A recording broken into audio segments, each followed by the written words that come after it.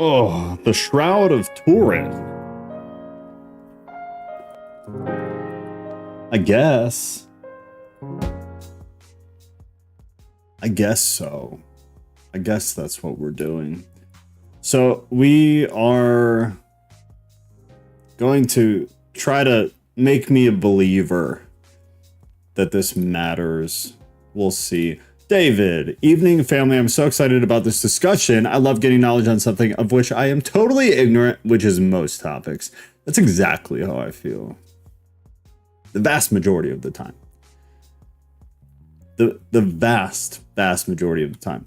Especially because of all the fools in here. Every once in a while, I think I'm kind of smart. And then we do this. And at least twice a week, I get put in check a bit. Which is good. It's a good thing. Y'all have made it impossible to be cocky or arrogant, which is just fantastic. Tampa, so excited to learn about this. Me too. But I gotta tell you, I did some preliminary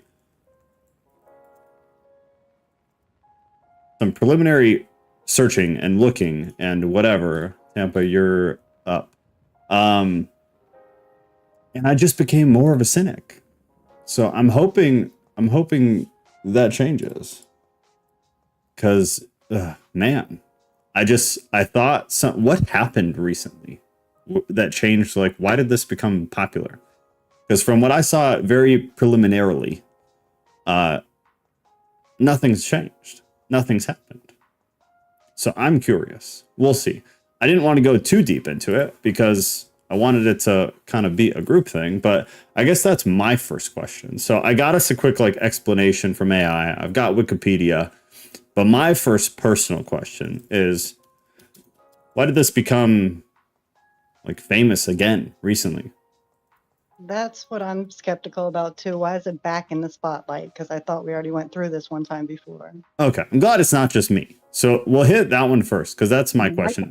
I can argue on your side for it because I'm not sure. Good. It seems too good. Right. I thought something had happened, and then I was reading through the Wikipedia, and I'm like, wait, nothing has happened. The last time anything happened was the 80s. And it seems like I saw they had some sort of new way to test the material as far as dating went. Okay. Well, that would make sense. That would make sense. Because I was just skimming this. I'll read it in a second. I know I started early, but I was like, man, the most recent interesting thing was them saying it was a forgery. And the Catholic Church, of all freaking terrible places, got a hold of it. God knows what happened then. Hey, Ruth. So I don't know. It'll be interesting. We will see. We will see. So I guess while the trickling in happens, the Wikipedia, because if you want facts, that is the place to go. Wikipedia has it. The Shroud of Turin, modern photo of the face, positive left, and digitally processed image. Okay, that's the picture on the right side there.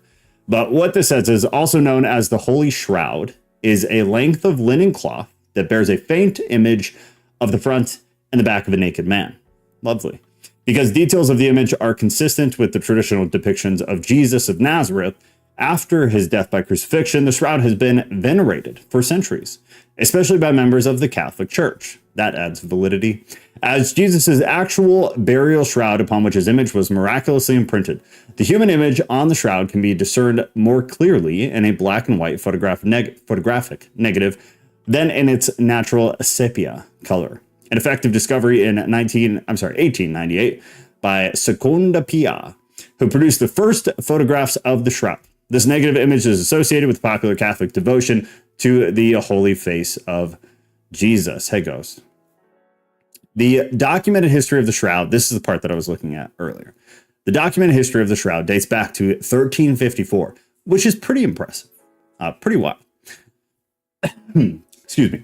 When it began to be exhibited in the new collegiate church of Liry, a village in north central France. The shroud was denounced as a forgery by the Bishop of Troyes, French word in 1389. It was acquired by the House of Savory in 1453 and later deposited in a chapel in Canterbury, I don't know, where it was damaged by fire. That's so funny because so many ancient texts kind of have the story of damage by fire. In 1578, the Savoy moved the shroud to their new capital in Turin, where it has remained ever since. Since 1683, it has been kept in the Chapel of the Holy Shroud, which was designed for that purpose by architect, French or Italian person, and which is connected to both the Royal Palace and the Turin Cathedral. Ownership of the shroud passed from the House of Savoy to the Catholic Church after the death of the former King Umberto in 1983. The microscopist Walter Micron found, based on his examination of samples taken in 1978 from the surface of the shroud using adhesive tape, that the image on the shroud had been painted with a diluted solution of red ochre pigment in a gelatin medium. Micron found that the apparent bloodstains were painted with a vermilion pigment, also in a gelatin medium. Micron's findings were disputed by other researchers, and the nature of the image on the shroud continues to be debated. In 1988, radiocarbon dating, here we go, by 3 independent laboratories established that the shroud dates back to the Middle Ages between the years 1260 and 1390, which would kind of make sense considering when it popped up on the scene. So that's not too crazy to me. The nature of the history of the shroud has been the subject of extensive and long-lasting controversies, blah, blah, blah, blah, blah. I don't care about this. Okay. So that's Wikipedia's little overview. And then I had AI give an overview, and then I asked the first question of the night because Tampa and I are both in kind of the same place. Mikkel, yes, the first installment of Mythical Mondays, thanks to Ghost with the Savage Namery. So all I did was ask, what is the shroud? And it gave essentially the same stuff, but some different things. So the Shroud of Turin is a rectangular linen cloth approximately 14.5 feet long by 3.7 feet wide. That's big. Okay, that's new to me. I didn't know it was that large. 14 feet is big. It's long. Stored in the Cathedral of St. John the Baptist in Turin, Italy, it bears a faint brownish image, yada yada. Many Christians believe it is the burial cloth of Jesus, okay? Scientific analysis, including radiocarbon dating conducted in 88, suggests the cloth dates between 1260 and 1390. Okay, we read that. So the Catholic Church has not officially declared the shroud's authenticity. That's interesting. They're pretty incentivized to do so, treating it as an object of devotion rather than a proven relic. It remains a subject of intense debate among historians, scientists, blah, blah, blah, blah, blah. Okay, so my first question, and Tampa backed me up, thank God, because I didn't want to be totally alone. Why did this, well, I typed it like an idiot, but what I meant was, why did this become a popular topic recently? Tampa said, wide-angle X-ray scattering wax is the new dating method. Interesting. I don't know anything about that. I will have to look into that. That's the only thing that would suggest to me why it would come back into the spotlight. Okay. Gotcha. Because that contradicts or goes against what the carbon dating originally said. Right. Didn't carbon dating kind of get completely thrown out? That's why I never even gave it any validity, because if you're using carbon dating, then yeah, there's Right. That's what I thought. I thought we kind of all got together as humans and we're like, actually, this is trash. I think Kat taught me that, actually, because I did not know that because I'm not in the history world, but she is. And so she's like, yeah, that's garbage. And I confirmed. It seems as though it is garbage. So, well, let's see. The margin for error is too high for carbon dating for it to give it any kind of credit. The first part cut out. What is too high? Oh, the margin of error. Okay. I mean, that makes sense. It's funny because that would, as far as I understand, which is not very much, but from what I understand, that kind of throws a wrench in a lot of things. Because isn't that how we predominantly dated things more than any other method for a long time? I think. Way too long. All right. Okay. Yeah. Well, I mean, that was back to the drawing board with literally everything we've ever said. That's interesting. Okay, so Hey, why? Joe. Yes, sir. Hey, they've also dated the Lenin degradation, and it's about 2,000 years. I can't remember what that dating method is called, but you can date how Lenin decays over time, and they've dated this at about 2,000 years. Do you I know? should have looked up the actual study. Yeah, it'd be good to find. Let's see. Radiocarbon, waxis. That one Tampa brought up. Linen degradation. Natural aging of cellulose in linen is influenced by factors like temperature, humidity, and exposure to light. Studies have shown that the low temperature in Europe over the past centuries may have helped to preserve the shroud's linen. I'm not seeing the study, though. Let's see. Again, because that would be interesting to see, like, who did it. And why, why does it conflict with some of... Here you go. Studies have shown the Shroud of Turin suggests its linen cloth has aged naturally, and that this natural aging is inconsistent with the 14th century dating from the 1988 radiocarbon test. Recent studies, including those using X-ray scattering, what Tampa brought up, indicate the linen's degradation is more consistent with a 2,000-year-old relic, potentially challenging the 1988 radiocarbon dating. Okay, so now you have kind of two sides of the aisle. Oh, so that's what that was. Okay. Yeah, I didn't know the name of it. I suppose, yeah. So it looks like that is done with the X-ray scattering, the wax. Okay, well that's interesting. So you have kind of these two sides of you have these two sides of groups of scientists who disagree, and one of them, like, and to be fair, when was this one done though? I think that one was done within the past 10 years. Okay. Because the previous consensus, if you want to call it that, is from 88, and that was the radiocarbon dating. So then if the X-ray scattering, the waxes, is from 10 years ago, so that's the most recent. That'd be interesting to look at. Like, who did the study? How was it done? And I guess, what do you think the validity of it is? And then to do the same thing with the radiocarbon dating. I'm not smart enough for that. In my opinion, it would just be to rule out medieval origin. Right. Because the radiocarbon, then the 88 is what is putting it in the Middle Ages.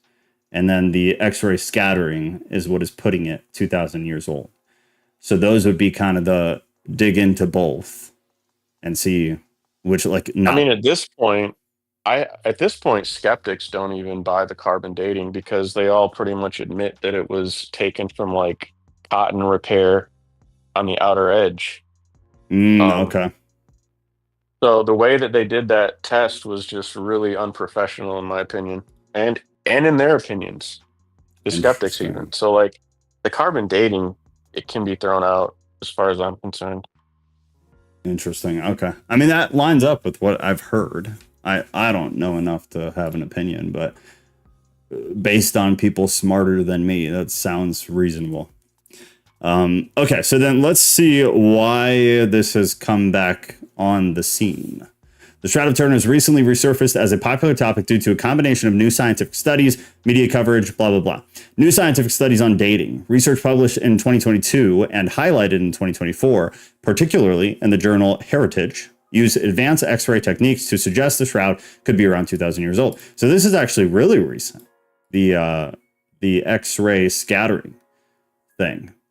2,000 years old, aligning with the time of Jesus Christ. This challenges the 1988 radiocarbon dating that put it between 1260 and 1390 CE, which is labeled it a medieval artifact. The new findings, reported by outlets like the Irish Times, blah, blah, blah, have reignited debates about its authenticity, drawing attention from both religious and skeptical communities. All right. AI generated images and videos in early 2025. So it's giving a full picture of why is it popular again. So for our purposes, it seems like the new scientific studies on dating is what we care about. But part of something that is attributing to why it's becoming famous is the fact that people are creating AI images of it as of this year. And it's become popular there. and they note some accounts there. Counter arguments and controversy. A study by Cicero Mores, published on October 30th and 24, and reported by the Telegraph and the U.S. Sun, used 3D modeling to argue that the shroud's image couldn't have been formed by a human body, suggesting it might be a bas relief or artistic creation rather than Jesus' burial cloth. This directly contradicted the X-ray dating claims, fueling public and academic debate. The back and forth between studies keeps the shroud in the news cycle. Okay. Cultural and religious events. The shroud's liturgical feast on May 4th in 2025. Cat, May 4th. You need to have that baby on May 4th. That date just keeps coming up, girl. The shroud's liturgical feast on May 4th of this year, during the Catholic Church's Jubilee year, was accompanied by a multimedia pilgrimage and virtual displays. Interesting. Okay, so that's a part of it too, is the Vatican news and what's going on with the Vatican. And the fact that they have it, I guess, from what I've learned so far, the Catholic Church has it at this time. High profile media coverage, don't really care. Ongoing mystery and public fascination. The shroud's unresolved nature, neither definitively proven nor debunked, continues to captivate. Articles like blah, blah, blah. Okay. One of the most intriguing religious artifacts. Okay, well, that makes sense. So really, the end all be all of what we care about is the last, I wouldn't even call it consensus, but like the last dating of it, the last anything scientific from what I've gathered was in 1988. And that was with radiocarbon dating, which most people understand is garbage. From what I understand, which is not very much. And then in 2022, another study happened that didn't really hit the news cycle until 2024. And that is the new X-ray technique, the X-ray scattering, or the wax-S technique, which is now putting it around the actual time of Christ. I feel like I've learned so much already. Okay. I have a better grip on what is going on. Are y'all having a Jedi May 4th? Really? But here's the problem, dude, is that the actual due date is on a day that we will not have the baby. It will not happen. I don't care what we have to do, but it will not happen. And May 4th is just very close. So, and it also, there's like a family thing on my dad's side with it. So that's all it is. Carbon dating is based upon what's around said item in a nutshell. Is that what it is? I mean, to a point, I get that. But if we were creating facts of history that simply, that's pretty odd to me. Not a huge fan. May 4th sounds like a future Jedi Padawan to me. I honestly never once thought about the whole May the 4th be with you thing, which is kind of sad. I'm an old school Star Wars fan, not that new garbage. All right, so I would like to see if it can compare the 1988 study to the 2024 study. I wonder what it'll give for this. Because I'm curious, like, who did them? What was the study actually like? How is it structured? How did they perform it? How did the conclusions actually come? I actually want to know about that. Was that an Italian study? The guy that said it couldn't be a human body? Like, I want to get into that. How? Okay. How does he know? Yeah, let me find that.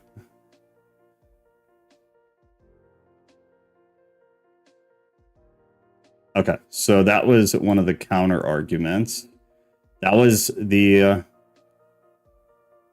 oh, wow. It seems like that was done at the same time as the one that dates it at 2,000 years. That was done in October of 2024. Okay, let me study. That's Cicero Mores. So... Does it have any like source links at the end there?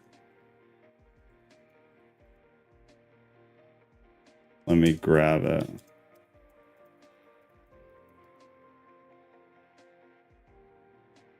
All right, so I asked for more on that study as well as a link to the study. So we'll see. The study by Cicero published on October 20. Now the date's different by one day. October 29th, 2024, challenges the idea that the Shroud of Turin's image was formed by wrapping a cloth around a human body.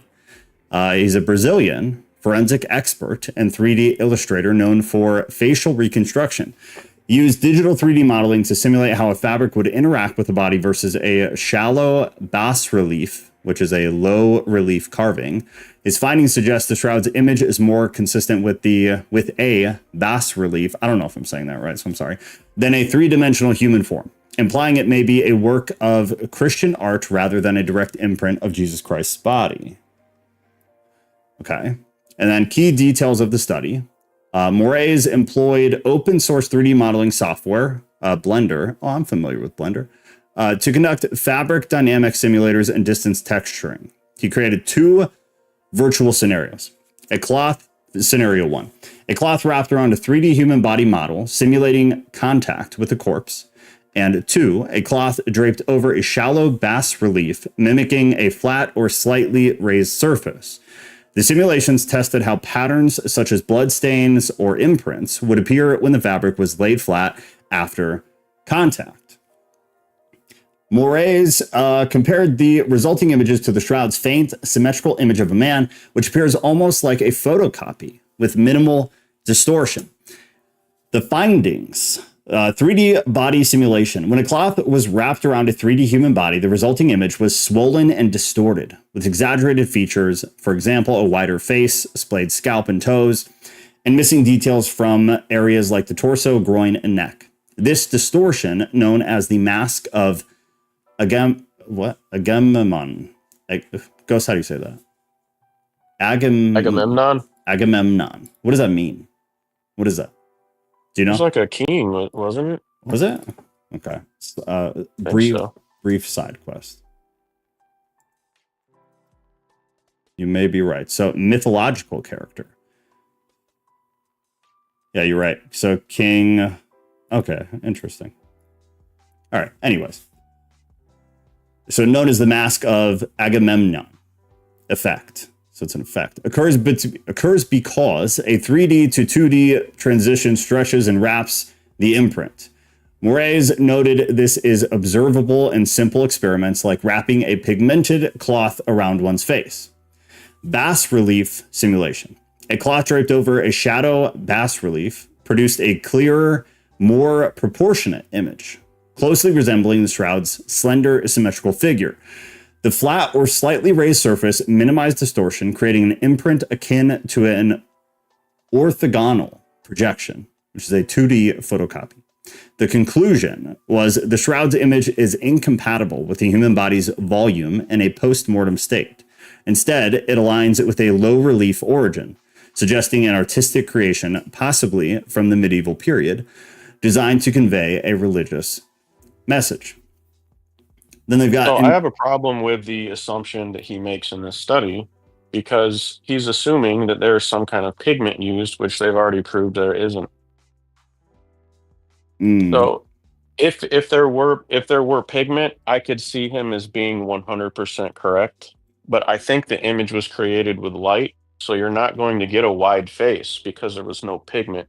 If the light's shooting straight up, it's going to create a 3D negative, which is what it did. So he's assuming that pigment was used, and he's completely leaving out anything talking about pigment. Wouldn't that be something we'd be able to very easily prove whether pigment was involved or not? Or yeah, ask ChatGPT or ask Grok, was there pigment involved? And it'll tell you no.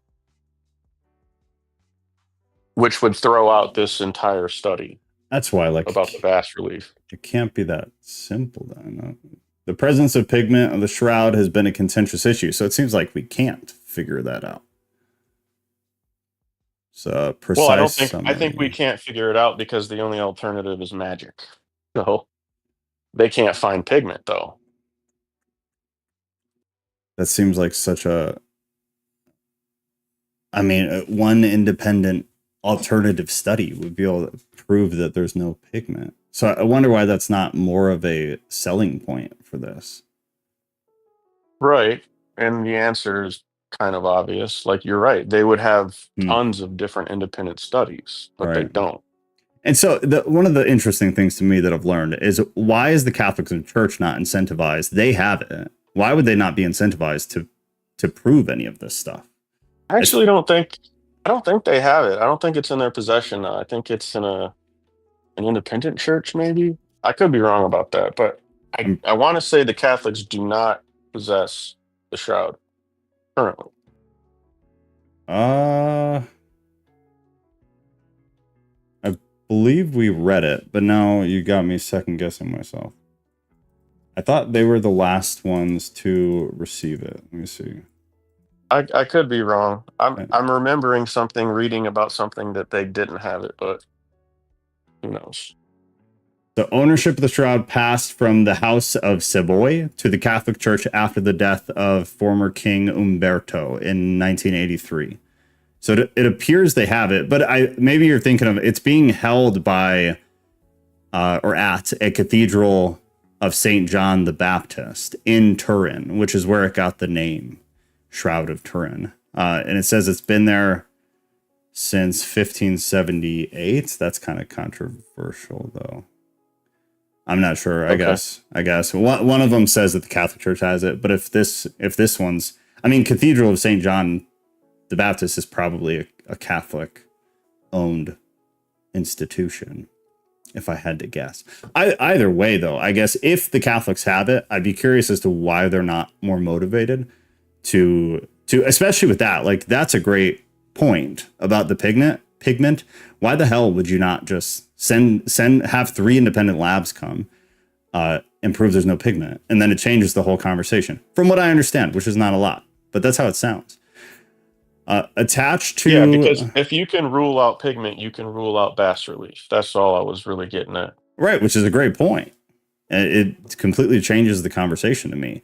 They did include some limitations to that study, though. So let me read that real quick. The study relies on digital simulations, not physical experiments with actual linen, which could affect real world application. It doesn't apply a microscopic or chemical analysis, for example, blood or pollen traces, focusing solely on image formation via contact. Critics, as noted in Skeptic on March 4th of 2025, argue Moray's findings aren't groundbreaking, as similar conclusions were drawn centuries ago by historians like some French guy and some Italian guy, I think, through physical experiments. All right, so the study is preprint on SSRN, awaiting formal peer review, so it's not even peer reviewed, which may limit its current academic weight. Okay. Well, I mean, yeah, I'm not super impressed. But I'm not super impressed, especially with the pigment thing. But even outside of that, I wouldn't be super impressed. The limitations seem substantial, at least a bit. So then the other question, was there pigment in the Shroud of Turin? Let's read the rest of that. Evidence for pigments. Walter Macron's findings in 1978 to 1981. Macron, a microscopist and a member of the Shroud of Turin research project, analyzed sticky tape samples taken from the shroud in 1978. He identified particles of iron oxide consistent with red ochre and vermilion, which is a mercury sulfide, in areas corresponding to the blood stains and the body image. Okay. Right, but what about the body image? Right. Okay, interesting. All right, Macron concluded that the shroud's image was painted, likely in the medieval period, using these pigments in a tempera medium, possibly gelatin-based. That's right, we read about that. He argued the blood stains were not human blood, but a mixture of red ochre, blah, blah, blah. His findings were published in between 80 and 81, and a book later, Judgment Day for the Shroud of Turin, was released in 1999. Historical context. I just want to make sure we want to waste time with all this. Medieval art commonly used iron oxide and vermilion for religious icons, supporting Macron's theory. The shroud's first documented appearance in Liry, France, coincided with reports of skepticism, such as Bishop Pierre, some French name, claiming it was a painted forgery, which aligns with the pigment hypothesis. Okay, and then evidence against pigments. Stirp conclusion in 78 to 81. The broader STURP team, which included scientists like John Heller and Alan Adler, disagreed with Macron's conclusions. They found no significant evidence of pigments forming the body image. Okay, so to your point, Ghost, say there was pigment in what Macron found. The body image seems to be different. They found no significant evidence of pigment in the body image. Chemical tests showed the image was not composed of applied paints or dyes. The image was superficial, penetrating only the top 200 to 600 nanometers of the linen's fibers, unlike typical pigment applications. Okay, that's compelling. The blood stains tested positive for heme, a blood component, heme, bilirubin, and serum albumin, consistent with human blood, not pigments. Okay, so there goes the blood. Heller and Adler argued these were real blood stains, possibly type AB, though the typing is debated. See, this like kills me, and it just makes me not want to believe anybody. It's just rough. That's hard. I think Macron was a bad seed with like a chip on his shoulder, but I don't know the guy. So his own team disagreed with him. I mean, he obviously had a pretty wicked bias, for sure. Let's see. In subsequent analysis, they bring up the 88 radiocarbon study. We already know about that. Another Italian researcher used laser and UV radiation to replicate Shroud's image characteristics, arguing it resulted from non-artistic process, possibly involving light or energy, not pigments. That's kind of what you understand, right, Ghost? Light or energy? Yeah. Okay. Some kind of radiation. Right. Expulsion. Right. Okay. The Shroud's image lacks the brushstrokes, layering, or binder media typical of painted works. And its negative light quality, the 3D information revealed by VP-8 image analyzer in 76, are difficult to replicate with pigments alone. Okay, I mean, I'm on team no pigment. This is pretty, at least in comparison, it's pretty compelling. And the image is so superficial that you can't even see it up close. You have to stand back before it even becomes apparent on what it is. Okay. And it's large, 14 and a half feet tall by I think 3 foot 7 inches wide. What they did is they laid it out and then they put the body on it and then they wrapped it over the body. So it's like a long book. Right. That makes sense. Right. Yeah. I guess I just didn't imagine it'd be that big, but I guess it makes sense because you need to, like a baby, you wrap and then tuck, I would assume, to keep it where it is. Yeah. The Bible written in code proves God. Move, I got this. I mean, I agree. Seeing a hidden form of Jesus in each of the books in the Old Testament is what I am talking about. Code. I think Ghost would agree with you on that. I have other thoughts about that. Yeah, I agree, but I don't think code is a broad subject. Some people say code and they mean one thing, and some people mean another thing. Yeah, fair. The good old. And Mikkel's actually right. I actually linked you that video personally, but I should have put it in Discord too. Oh, what's that? The video John Campbell did about the Shroud, just kind of like going over the pros and cons and of whether it's authentic or not. Is it long or short? It's like an hour long or something. Oh, okay, I think I found it. Dr. John Campbell, 2.2 million views. Dang. Okay, I got it saved. I'll listen to it while I'm working. Yeah, I mean, I'm interested. This has been a lot more interesting than I thought it was going to be completely honest. But now I'm just like aggravated as always, because I feel like there's going to be no conclusive anything. Right, which is what, like I said on Thursday, faith remains intact. Right, yeah, I think you were totally right about that. I think you were absolutely right about that. Iron oxide is naturally present in linen due to retting processes or environmental exposure, and its presence doesn't necessarily indicate paint. Stirp attributed iron oxide particles to natural or incidental sources, not deliberated application. Vermilion, if present, could result from later handling. Interesting. Restorations, like, and they give the example of the 1532 fire repairs, or devotional practices such as artistic copying the shroud. Artists, good lord, artists copying the shroud and leaving trace pigments. I don't know about that. The shroud's image lacks the brushstrokes, layering, or binder. I read that. Okay. Oh, these just seem like kind of excuses. I mean, I think you'd be able to tell if they did a restoration after the fire in 1532. I feel like you would be able to tell what is older than what was done in 1532, but also just like if there was no pigment and now there is pigment, I feel like due to age and just the literal material, I feel as though you'd be able to tell relatively easily. David, she's going to be a beautiful princess just like her mother. My man, she is. Very excited. It's any day, y'all. This baby's coming any day. At Joe, Dr. Campbell has a very informative scientific video about the shroud, ghosts. Oh, that's what we were talking about. Okay. Yeah, I got to say, I got it pulled up on the other screen. I'm going to listen to it when I work tomorrow. I'm interested. I'd like to be convinced. I'm definitely more on team this is legit.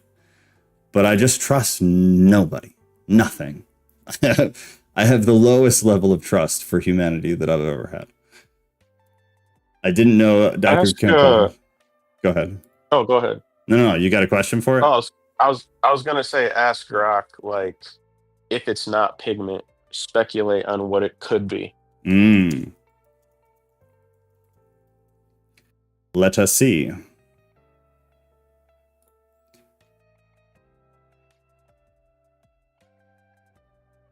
Oh, man. Okay, so if it isn't pigment, what do you think it is? Determining the exact mechanism behind the Shroud of Turin's image, if not pigment, is a complex and unresolved question, as no single theory fully accounts for its unique characteristics. The Shroud's image, a faint, superficial, blah, blah, blah. We already know this. Okay, since you asked what I think, I'll conclude with my best assessment, acknowledging the speculative nature of the topic.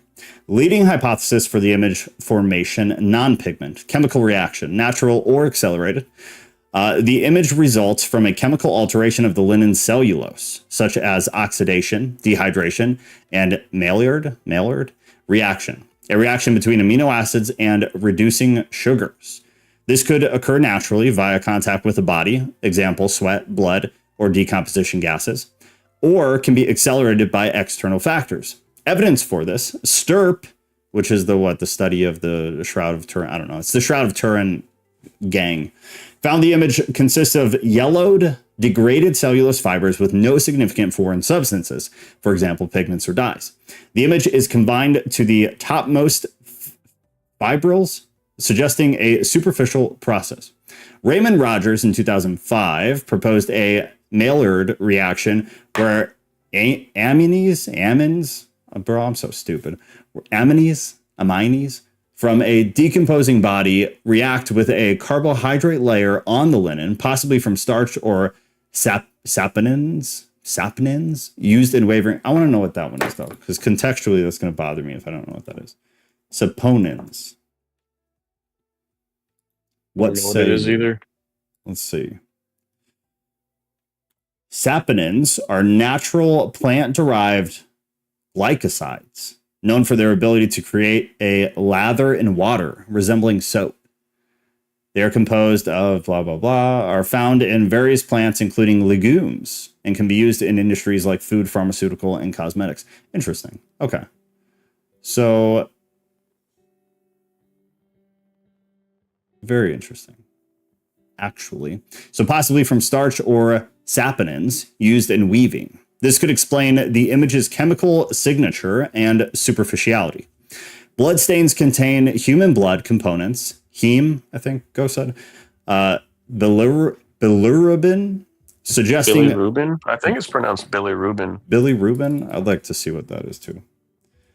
Bilirubin. You're probably right. That makes sense to me. I think it's like a stress hormone, maybe? I don't know. So it says it is a yellow pigment produced when the body breaks down red blood cells and is normally produced by the liver and excreted in bile. High bilirubin levels in the blood can indicate liver or gallbladder problems and may lead to jaundice, where the skin and eyes appear yellow. Interesting. Alrighty then. Yeah. Anyways, suggesting bodily contact, which could support a related chemical process for the image. Strengths of the argument. Accounts for the image's chemical properties and superficial nature, feasible within natural processes requiring no extraordinary mechanisms. Okay. Weaknesses. Maillard reactions typically require heat or specific conditions not guaranteed in a burial context. For example, short burial time before resurrection in Christian tradition. Okay, good point. Doesn't fully explain the image's negative quality, 3D information, or lack of distortion expected from cloth body contact. Experimental replications. Example, Rogers test. Produce similar but not identical images. Okay, next one. Radiation or energy burst. Here you go. The image was formed by a burst of electromagnetic radiation, for example, ultraviolet light, protons, or neutrons, interacting with the linen, causing accelerated aging or coloration of the fibers. Some propose this aligns with a supernatural event like the resurrection. Evidence for Italian researcher Lazzaro, between 2011 and 2015, used excimer UV lasers to produce shallow shroud-like discoloration of linen, mimicking the image's depth and coloration. The required energy, 34 billion watts in a fraction of a second, good lord, suggests an extraordinary event. Robert Rucker, between 2018 and 24, proposed neutron radiation from a body dematerialization, which could also explain discrepancies in the 1988 radiocarbon dating by enriching carbon-14 isotopes. Whew. The image's negative and 3D properties revealed by VP8 image analyzer in 1976 suggest a distance-based encoding, as if light or energy projected the image without direct contact. Super interesting, man. All right, strengths for this one. Explains the image's unique features, superficiality, negative quality, and 3D information. Another strength is UV laser experiments are among the closest replications of the image's characteristics. Okay. Weaknesses for the argument. Requires an energy source far beyond known natural and historical technologies, leaning towards speculative or supernatural explanations, which is, I suppose, the general, probably Christian belief of this. No direct evidence of radiation residue, for example, no significant radioactivity detected. Critics argued it's tailored to fit a resurrection narrative, lacking falsifiability. Okay. And then there is another argument, contact imprinting, which would be kind of the natural perspective. The image formed through direct contact between the cloth and the body, transferring bodily fluids, sweat, blood, and oils, or decomposition products that altered the linen over time. Evidence 4. Blood stains align with wounds, the wrists, the feet, the side, the head, suggesting contact with a real body. The stains predate the image. No image under blood. Interesting. Supporting a natural sequence.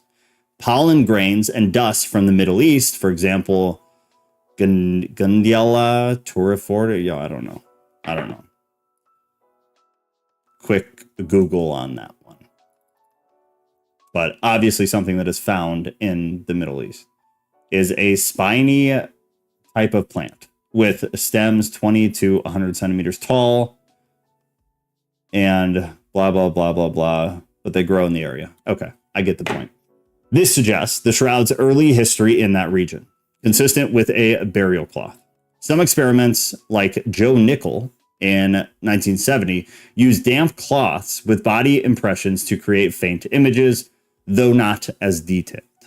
Okay. Strengths for this perspective, the natural perspective. Simple and naturalistic, requiring no advanced technology or supernatural events, consistent with burial practices and the presence of blood. Okay, that's pretty reasonable. Weaknesses. Cicero, which I believe, didn't we decide is a jackass? Cicero, yeah, jackass Cicero, shows contact with a 3D body produced distorted, shows contact with a 3D body produces distorted, swollen images. unlike the shroud's clear, proportionate figure. Another weakness is that it doesn't explain the image's negative or 3D properties or why it's so faint and uniform. And the third weakness, decomposition typically takes longer than the 36 to 72 hours of burial in Christian tradition. Okay, well, that's an interesting perspective. It's an easier one, I suppose, lacking the requirement of supernaturalness. Before you get into the next point, yeah. One thing is that the shroud shows that he was pierced through the wrist, and medieval artwork tends to show it through the hands. Mm-hmm. So the people at that time thought it was through the hands. So if it were a medieval forgery, wouldn't they make it through the hands? That's a good point too, actually. Yeah. That is how it was And predominantly being depicted. it shows that the image is not underneath the blood, which would mean the blood seeped into the linen first, and then the image was made. Right. Yeah, I think they're both good points. Up. For sure. It definitely leans in the direction of legitimacy, and honestly, it kind of seems to lean in the direction of supernaturalness. But yeah, the hand bit is a good point. That's a great point.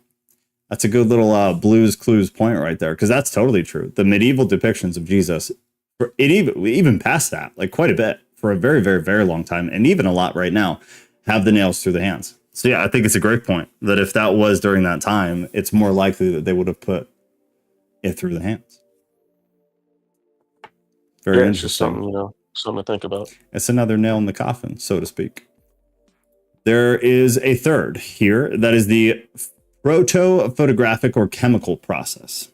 The image was created using an early photographic or chemical technique, possibly involving light-sensitive substances, for example, silver salts, or vapors, predating known photography. Evidence 4. Secondo Pia's 1898 photograph revealed the shroud's negative image, sparking theories of a proto-photographic process. Lynn Picknett and Clive Prince in 1994 suggested a medieval camera obscura with light-sensitive chemicals. What is that? Obscura. Well, it is a band, but that's not what I want. Camera obscura. Oh, Latin for dark room. Got it. Device that projects an image of the outside world into a darkened space within. Okay. I'm with you. Some experiments, such as Nicholas Allen in 1995, used silver nitrate and sunlight to create shroud-like images, though requiring advanced medieval knowledge. And then another piece of evidence is the image's negative and 3D qualities resemble photographic properties. Strengths to this. It explains the negative and 3D aspects without invoking miracles. I don't like that they keep putting that as a strength. Like, that's not a strength in an argument. I don't like that. For sure. Also, like, when did they have that kind of tech? When did they have that kind of knowledge? Right. Agree. Yeah, not a fan. This is not helping their case. The other strength, the only other one on this one, it aligns with the 1988 radiocarbon dating. So it aligns with something most people understand to be ass garbage, suggesting a medieval origin. Okay, not convinced. The weaknesses, though, besides seemingly all of it, is no historical evidence of such advanced chemical knowledge in the Middle Ages. There you go. Silver salts or similar substances haven't been detected in significant quantities on the shroud. Doesn't account for the image's superficiality or lack of binder media. Okay, so seems like trash. Then let's see. Challenges and key image characteristics. The shroud's image has properties that complicate all hypotheses. Superficiality. Penetrates only 200 to 600 nanometers into the linen, affecting the primary cell walls of the fiber. Negative image. It appears as a photographic negative with light and dark reversed, only evident after photography in 1898. 3D information encodes distance-based intensity per VPA analysis, unlike typical contact imprints. No distortion. Lacks the warping expected from wrapping a 3D body, per Moray's 2024 study. Bloodstains contain human blood components, predate the image, and align with crucifixion wounds. Boom. I think that's a good one, man. That was a good point. No pigments is the last point.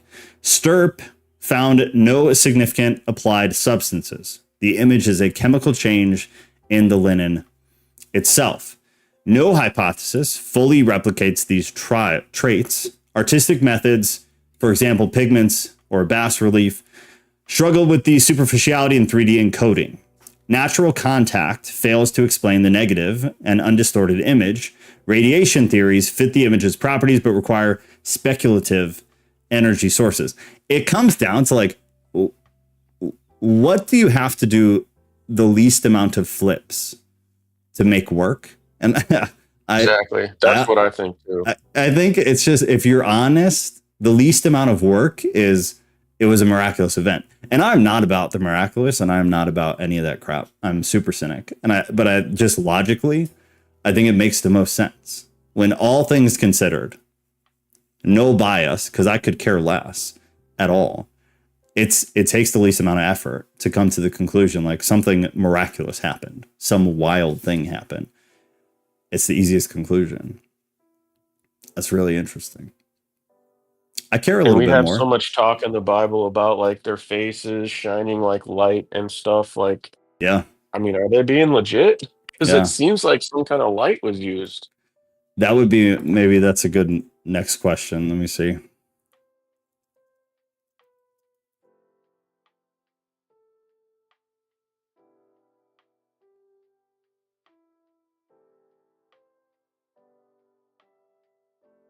It's not going to do a great job. I haven't primed Grok for the Bible, but it'd be interesting to see what just pops up. Oh man, she gave a long answer. All right, so then she went into what I think most plausible explanation. I'm curious about that. So this is what the AI model thinks is the most plausible explanation. The chemical reaction hypothesis, specifically a modified Maillard reaction or oxidative process, is the most grounded in current evidence.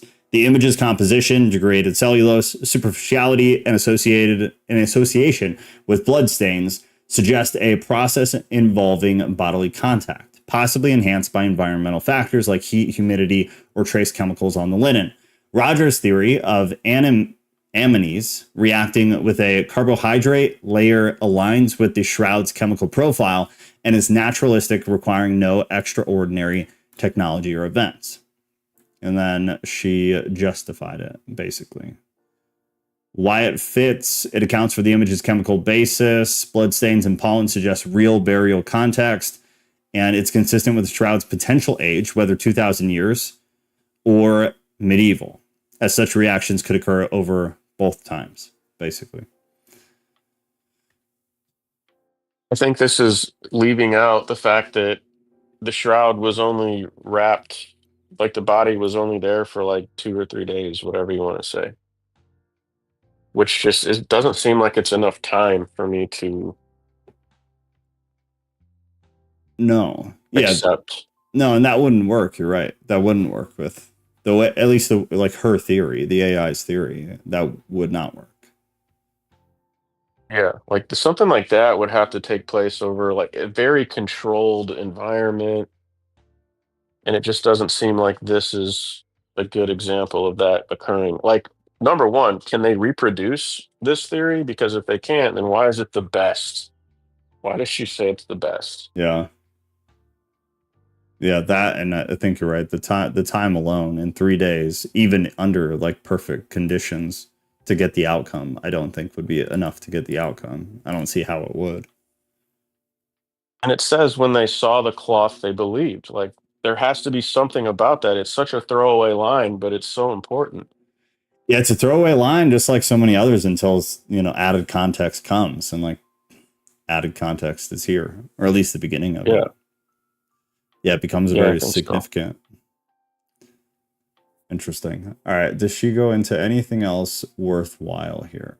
Why it fits, addressing the weaknesses, why not other theories? For radiation, the UV laser experiments are compelling. The energy required, billions of watts, lacks plausible natural or historical source. Supernatural explanations. Okay. Contact imprinting, distorted image, ruling out simple wrapping. Partial contact might work, but doesn't explain the negative 3D. Yeah, I don't find these compelling at all. I don't find the reasoning compelling at all. You still have to do so much flipping gymnastics to make it work. All right. So it's a full-blown enigma. Like this, it's not solvable, at least right now. Right. Right. But some of the theories that they have to debunk it are just hilarious. They really are just hilarious, and just some of it is just simply like illogical. It just doesn't make sense, which I guess is common. You always have it, but it's just so silly. Yeah. Like the smart people who get stuck in lines of thinking like that. It's the greatest representation of what bias does to a person. Because in other situations under the same type of conditions, their outcome would be not that. But under these conditions with this bias, their outcome is that. And it's just always kind of humorous to watch that. And I guess one question I have that I don't know if there's even an answer to, but if the verse talking about will be changed in the twinkling of an eye, if this image really was created in like a billionth of a second with 34 million watts or billion watts of electricity, I mean, would that even leave a radioactive signature? If it was that abrupt, like if it was that quick? Yeah, I don't know. That's a good question, though. I don't know enough about anything like that. It's a valid question. Because, yeah, I mean, I don't either, but it would have to be ruled out in some way. And being changed in the twinkling of an eye, I think it might be referring to something like what happened to his body. I don't know. That's a good point. Yeah, that's a good question. That's something worth looking into. I don't know nearly enough about that, but I would assume that's something you could probably find, at least some. That's interesting. Further research could help. Non-destructive imaging, advanced spectroscopy to map chemical changes across the shroud. These are things the AI thinks should be done. Testing Murray's bas relief hypothesis with chemical agents to see if it replicates the image's depth and encoding. Reevaluating 2024 X-ray dating, potentially 2,000 years old, against radiocarbon dating. Ooh, you lost me. Okay. Don't care. Can you pull Bible verses? All right, let's see what she got. So Exodus 34, 29 to 35. After receiving the Ten Commandments, Moses' face glows from being in God's presence on Mount Sinai. The radiance is so intense that it frightens the Israelites, leading Moses to veil his face except when speaking with God or relaying his commands. Significant, so says AI, as this is the most prominent Old Testament example of human face shining due to divine encounter, symbolizing God's glory reflected on Moses. That's a good one. Okay. They also got Matthew 17, 1 to 2. The context: during the transfiguration, Jesus' face radiates like the sun, and his clothes become dazzling white, revealing his divine nature to Peter, James, and John. Mark 9, 3 notes his clothes were dazzling white, whiter than anyone in the world could bleach them. The Luke 9:29 verse says, as he was praying, the appearance of his face changed, and his clothes became as bright as a flash of lightning. Significance: Jesus' shining face signifies his divinity and glory, echoing Moses' radiance, but surpassing it as a direct manifestation of God's Son. Then 2 Corinthians 3, 7 to 8, as well as 3, 12 to 13. So for 7 to 8, Paul reflects on Moses' radiant face. This is interesting. Because, yeah, this is like you got another puzzle piece. And now all of a sudden, parts of the picture are becoming more clear. Interesting. Okay. 2 Corinthians 3, 7 to 8. Paul reflects on Moses' radiance from Exodus 34, the first verse that we read, to contrast the fading glory of the old covenant with the greater enduring glory of the new covenant through Christ. Reinforces Moses' shining face as a symbol of divine glory, but emphasizes its temporary nature compared to the Spirit's transformative power. And then 2 Corinthians 3, 12 to 13, Paul explains that Moses veiled his face to hide the fading glory. Contrasting this with the boldness of the new covenant believers with the boldness of new covenant believers who reflect God's glory openly. Indirectly references Moses' radiant face, highlighting its divine origin and its role in the narrative of glory. Then, angels or divine beings is a category. Matthew 28, 2-3, at Jesus' resurrection, an angel appears at the tomb. While the verse doesn't explicitly say, the angel's face shines, appearance like lightning, implies a radiant, glowing visage, consistent with other angelic descriptions. The angel's brilliance symbolizes divine power and the glory of the resurrection. Luke 24:4, at the empty tomb, two angelic figures described as men, but implied to be angels, appear in radiant clothing. Like Matthew 28:3, their glowing appearance likely includes their face. Let's see. Esmil. If you had some kind of transfiguration of the dead body into the heavenly body, who knows?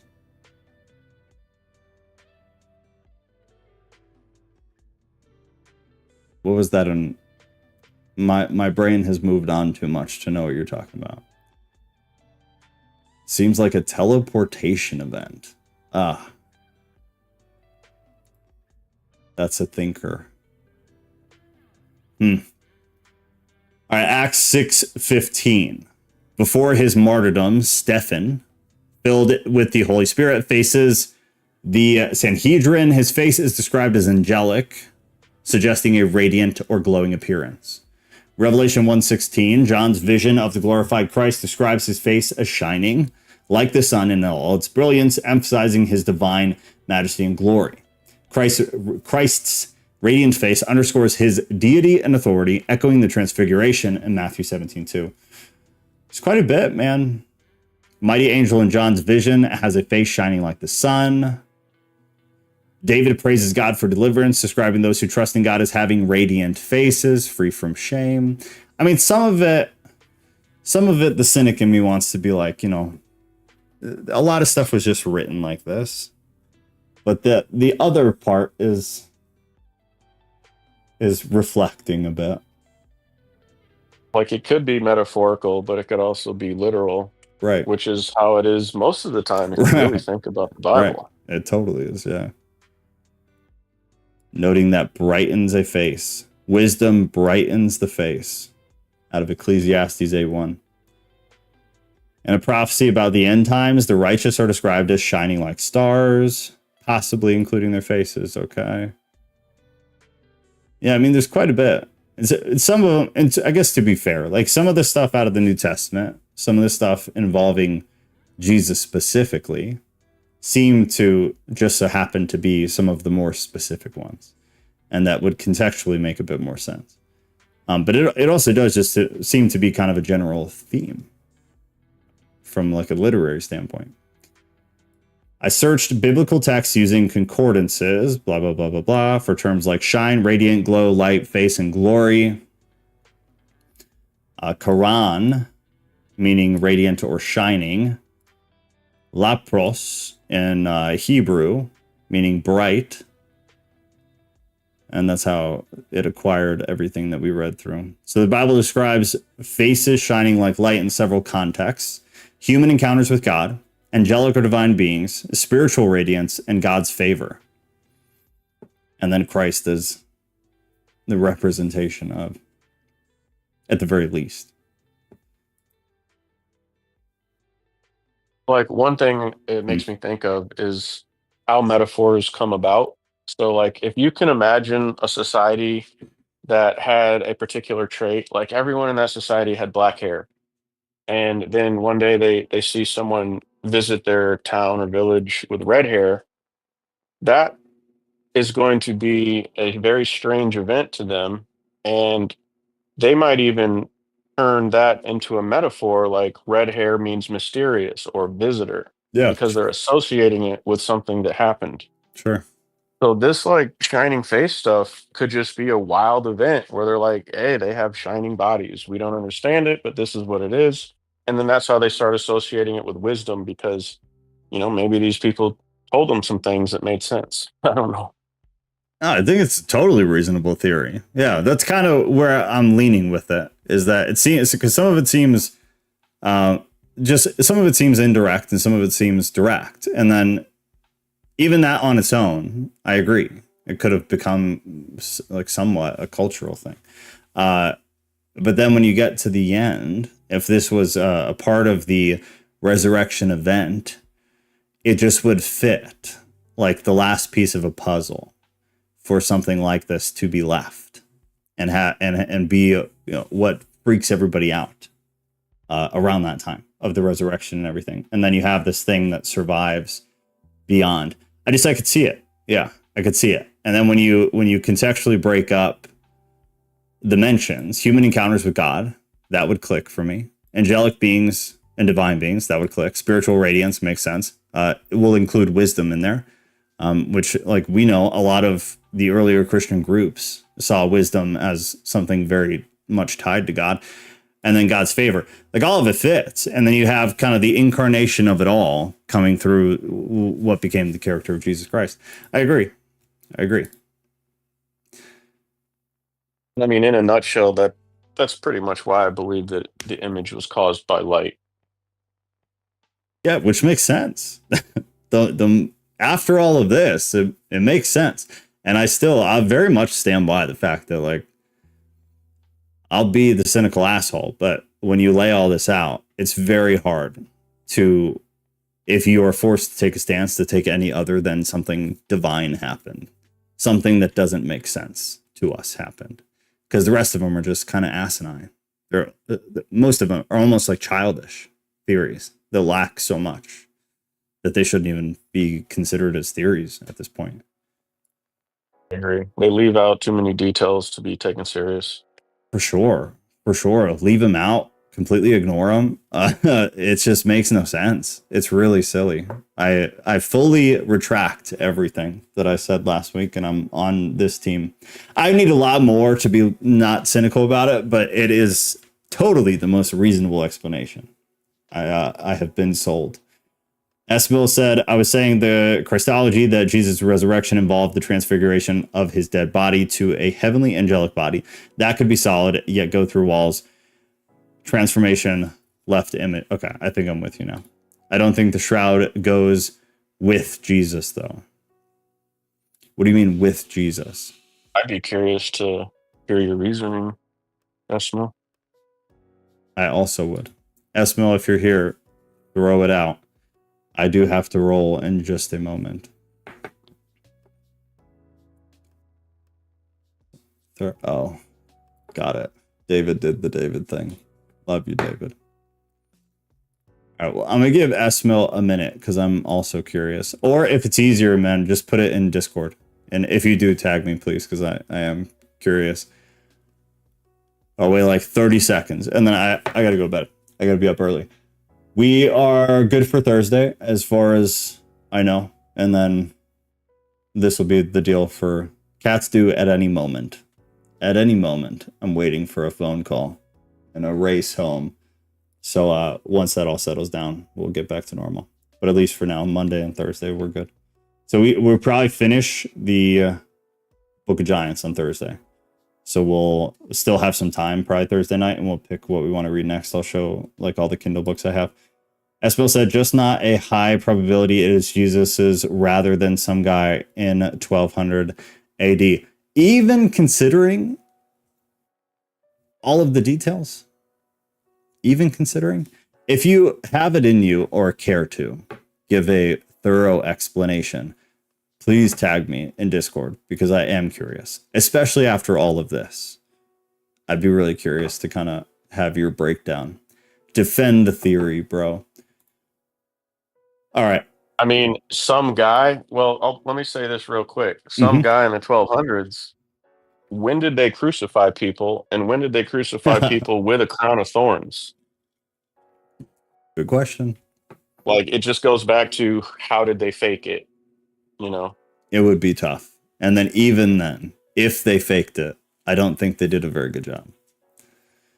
It just doesn't click. Yeah. It doesn't click. All right. Well, this was lovely. Yeah, this... I would love to know some of his arguments. Like, if you want to put them in Discord, I'd love to read it. But Yeah. yeah, man. Thanks for doing the thing tonight. It's good stuff. No, it was great. It was Fun. great. We'll figure out what to do next Monday. If anybody has ideas of something like this, just send it to me.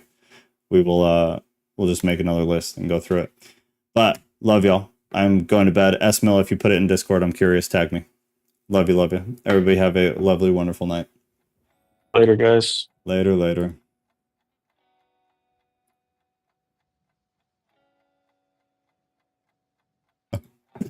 Love you guys.